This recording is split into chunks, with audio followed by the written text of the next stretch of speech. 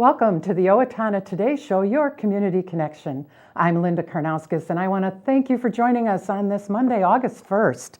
We have an informative show for you today. First, we'll be visiting with Laura Elvebak, our Steele County Administrator, and then we'll be visiting with Louanne Kaupa from Eat Well Nutrition Therapy. We're going to be talking about August, which is National Breastfeeding Month. For our Owatonna viewers, we welcome your suggestions and comments on show topics or guests. You can contact us by emailing us at owatonatoday@charter.net or by contacting our show's producer, Leanne at 390-5751. We'll take a short break to hear a word from our sponsors, and then we'll be right back with Laura Elvebak, our Steele County Administrator. So please stay with us. Hi, I'm Dr. Beth Giltvet. And I'm Dr. Nick Vincelli of Horizon Eye Care. We want you to see what you love and love how you see.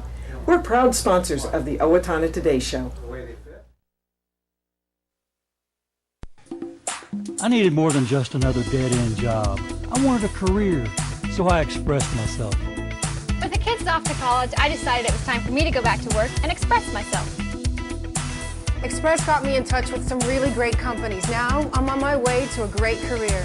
Express Employment Professionals is in contact with thousands of companies in need of quality employees. Come in now and get the job you deserve. Express yourself today.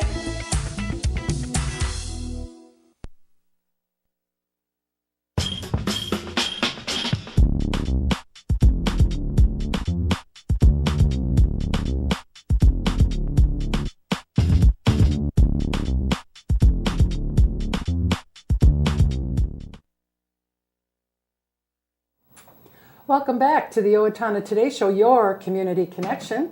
And we're here visiting with Laura Elvebak, our Steele County Administrator. Welcome to the show. Thank you. We appreciate you making time to come in and give us a little update. Sure. Laura, for those of us who don't know you, you've been on the job for about a year, a little over a year now. Correct. And you've been one busy lady. I have, yes. And so why don't you share a little bit about yourself? Sure. Well, like you said, I've been in the role almost a year and a half now. Prior to that, I was a county administrator for 4 years with another county, so I do have years of experience as a county administrator and about 10 years prior to that in local government. So lots of experience in local government. And, very much enjoying my time here. As you mentioned, very busy, working on a variety of projects that were in the works and some new ones that have come up since. But yeah, it's been very entertaining. Can you tell us, what is a county administrator exactly? Sure. Well, the county administrator would be the top appointed official within a county. Counties are run by a 5-member board of commissioners, or the bulk of them. There are 87 counties in Minnesota. And so within Steele County, we do have 5 board of commissioners who are my bosses and oversee the policy making and decision making within the county, and then it's my responsibility to carry out those policies and those directions and directives that the board would provide, as well as coordinating day-to-day functions of the county, which can include anything from law enforcement to highway to public health and everything in between.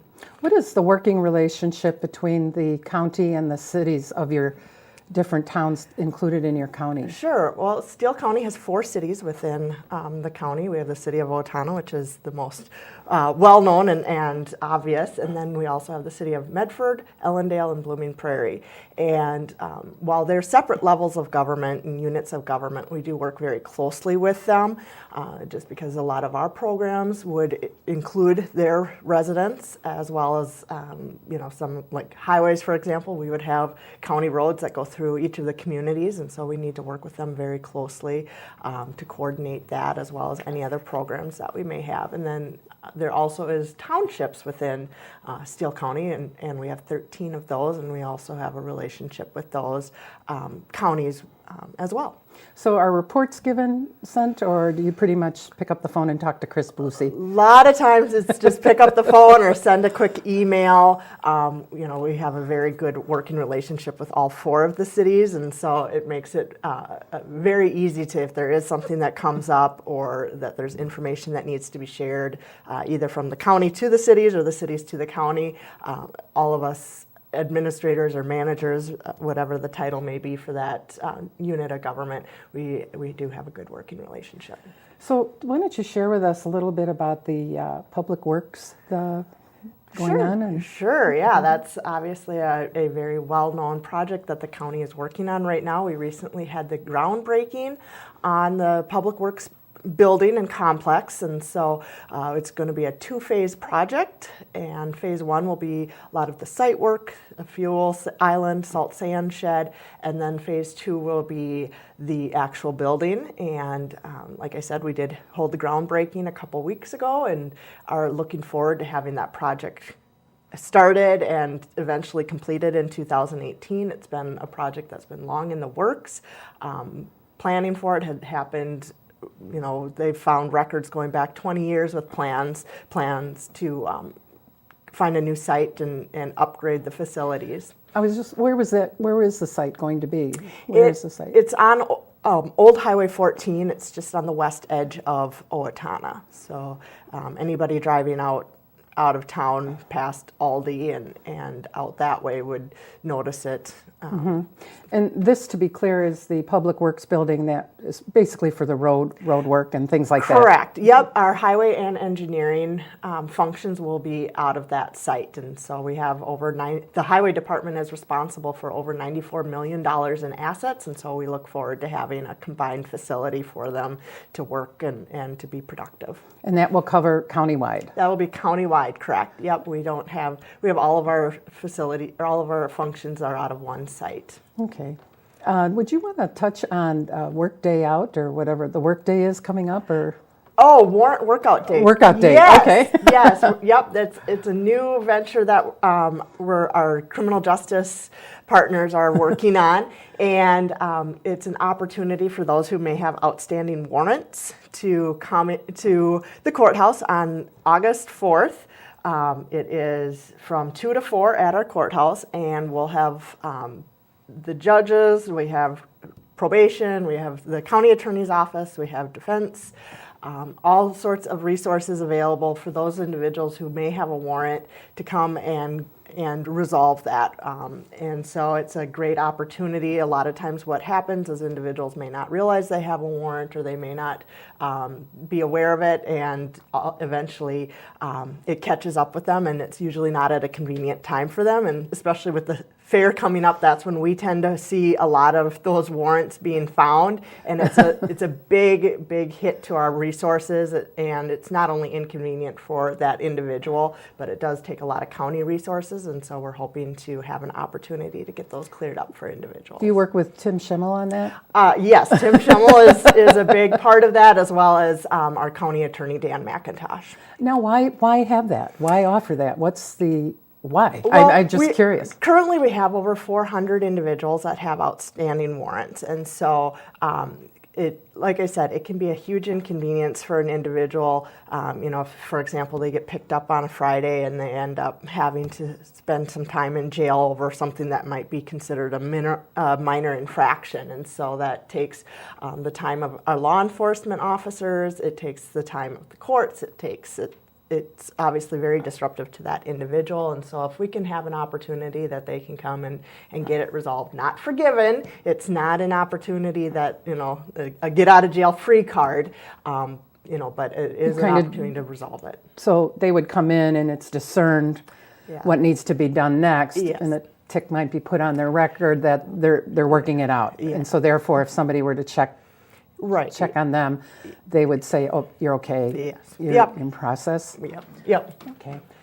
Explain what's going on with the budget prep. What's involved there? Yes. Well, we're just starting that process, and so right now we've got all of our department heads are looking at their budgets, looking at the revenues, the expenditures, looking at what the estimations will be for 2017. We run on a calendar year, and so working with our finance director in identifying what the needs of the county will be for 2017, and so that we are able to get the public the tax levy prepared and get that information out to the public so that they have an opportunity to comment on that as well. What would be some of the things included in the budget that on a city level, or being in Owatonna, we would look for?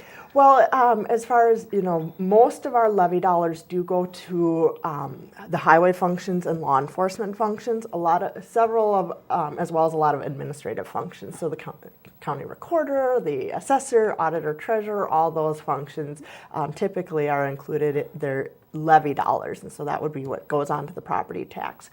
Some of our other functions, such as the human services, some of the public health functions, they do have revenue streams from either state or federal government that will help offset some of those costs, as well as some of our highway functions. And so when individuals are looking at their property tax statement, they would be looking at the county portion.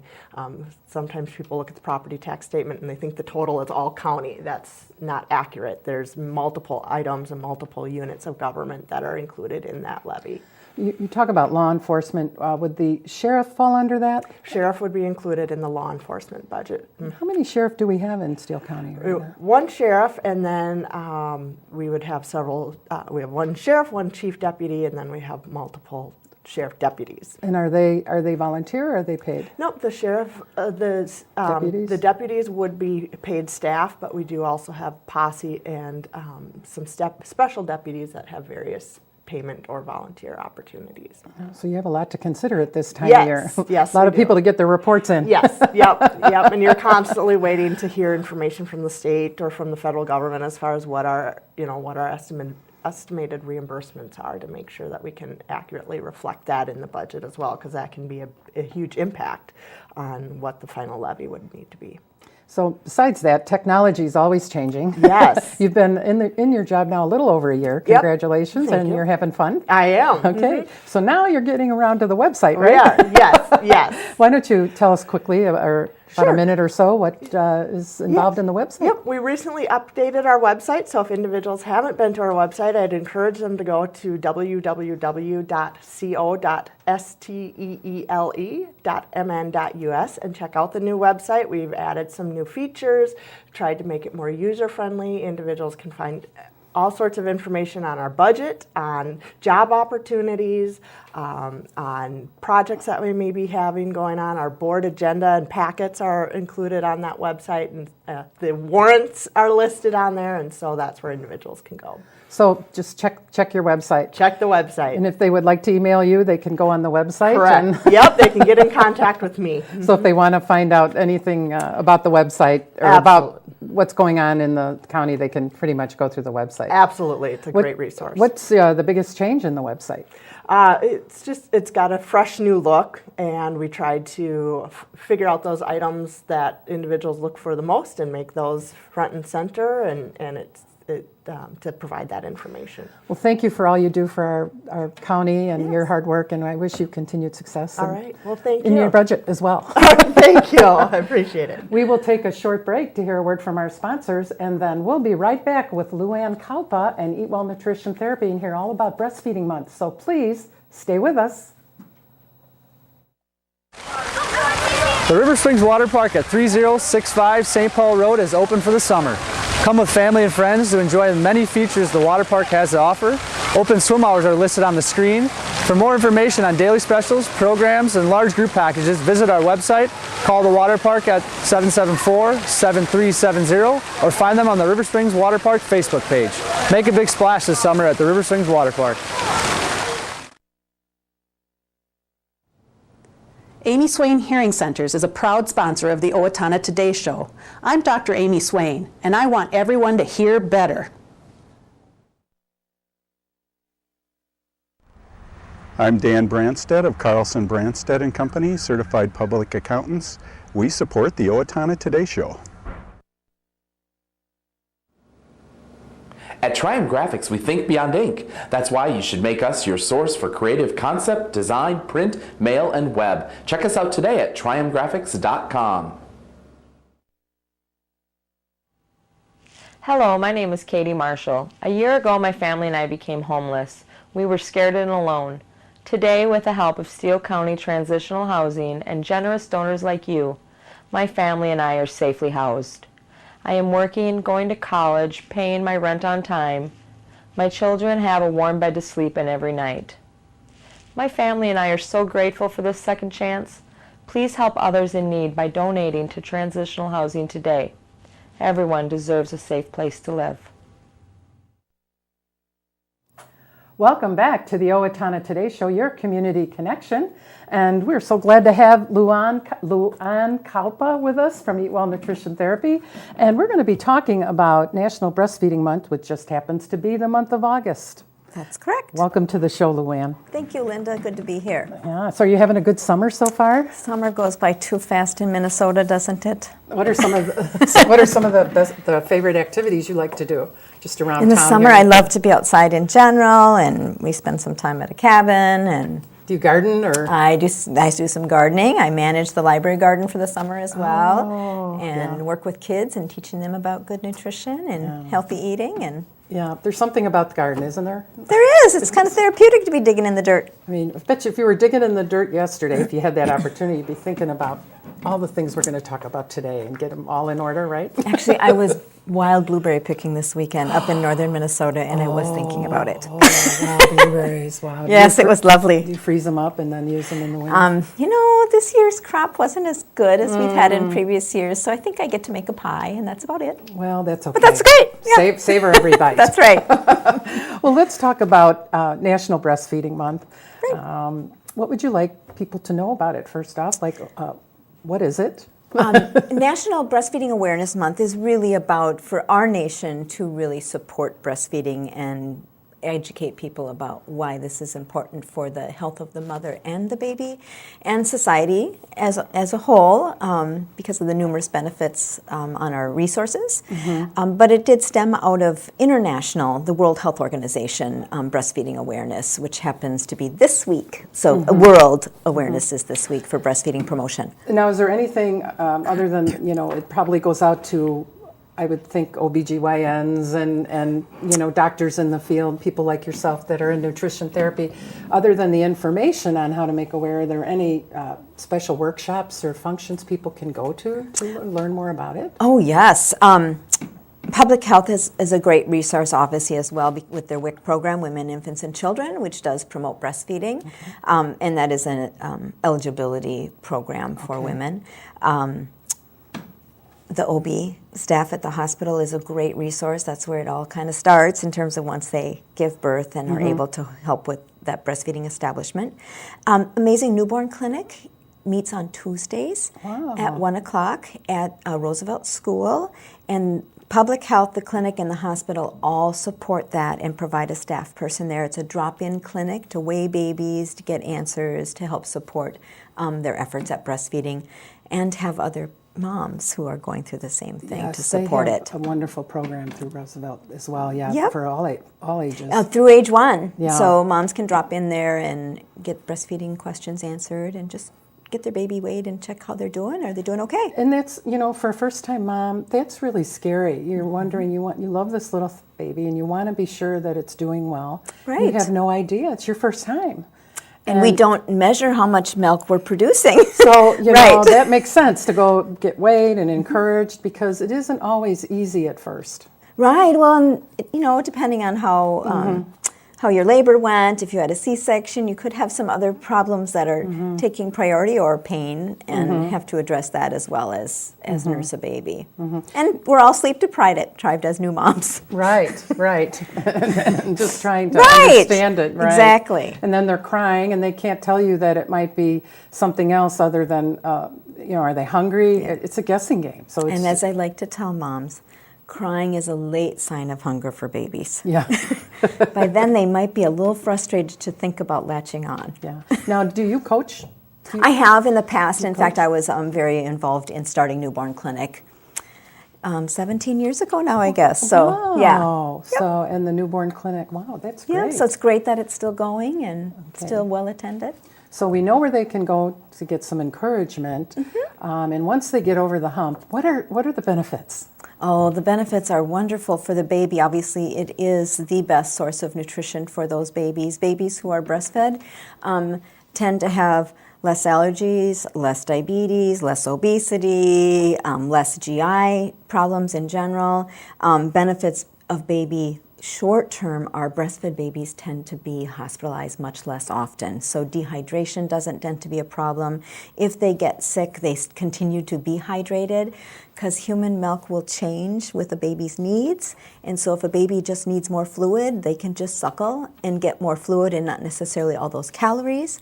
I didn't know that. Yeah, it's pretty amazing. You so mean in the there's summer, a certain valve they can turn on and off, or? Well, it's like in the hot weather we've had, like a week and a half ago when it was 90, breastfed babies might tend to nurse more frequently throughout the day just to keep hydrated, just to get those fluids.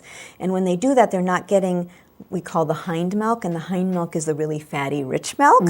So they might nurse more frequently, but they're not getting to that point necessarily just to keep their hydration up. It's pretty amazing. Wow. Amazing what the body will do. Yeah, what the whole science of Mother Nature and what our bodies do. It is a miracle, isn't it? Yes. What are, but they come through, what are you stated what the benefits are, but if somebody had a problem with it and just can't do it for some reason, it's not the end of the world. It's not the end of the world, no. However, it's only about 5% of women who truly can't. I mean, truly they just don't have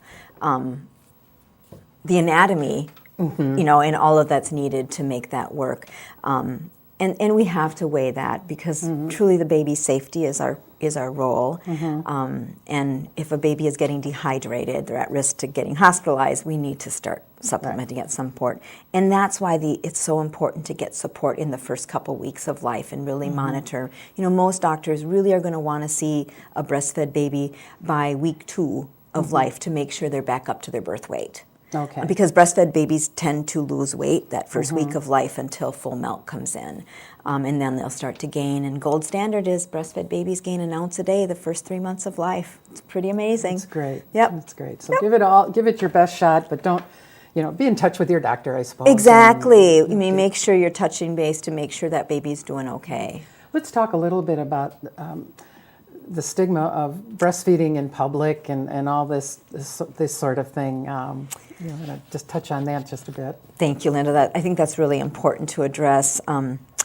Breastfeeding is the most natural thing we can do as mothers. That's what breasts were intended for, is to lactate. And it has many benefits in terms of reducing risk of breast cancer for that mom and depression and lots of other things. So it is helpful for the mother to try to breastfeed as well for her health and long-term health, as well as the babies. However, we have 27 states in the United States that have laws on the book stating it's okay to breastfeed in public because somebody has thought it was not acceptable to breastfeed in public. So in Minnesota, all employers are supposed to have some room for a mother to breastfeed and store milk, and it's not the bathroom. That's by law, so it's a comfortable room. And I think early on in breastfeeding, it can be really uncomfortable until you get really used to it. And most new moms aren't typically going out in public very often and flashing themselves. I don't think they're at home struggling to do this. And most times where I've been too, they even in a room full of women, they'll say, "Would you be opposed?" And they have such discreet. Nice garments now that. Well, even undergarments make it easier to nurse right now. You don't have to expose much, and you can throw a blanket over, and But some people are still kind of appalled by it, and I think that's generational. We've had, we went through a couple decades where breastfeeding wasn't the norm, and to get it back to being the norm can be challenging to people who are just not familiar. They didn't do it themselves. They don't understand. So. Now, in our culture, we may not see this too much, but what ages, in some other cultures, and even here in the United States, I just haven't seen it all that often, what are the ages that usually someone will leave breastfeeding? Well, the recommendation for the health of the mom and baby is that we exclusively breastfeed the first 6 months of life, meaning breast milk, that's it, and then to nurse at least till a year, if possible, and then as long as mutually satisfying relationship with breastfeeding. We don't do well in the United States. We have I would say less than 20% who make it exclusive breastfeeding at 6 months. Throughout the world, average age is 4 years, but that has to do with survival of their populations where there isn't safe water, there isn't other reliable food sources. Okay. So, and also there'll be stations at the fair? Yes, the fair does have, I think the community building, the community center is where there is a room for breastfeeding. Okay. Thank you, Louanne. You're always a fountain of knowledge. Thank you, Linda. Appreciate it. We look forward to having you next time. Great. Thanks. Have a good summer. We will take a short break to hear a word from our sponsors, and then we'll be right back. So please stay with us.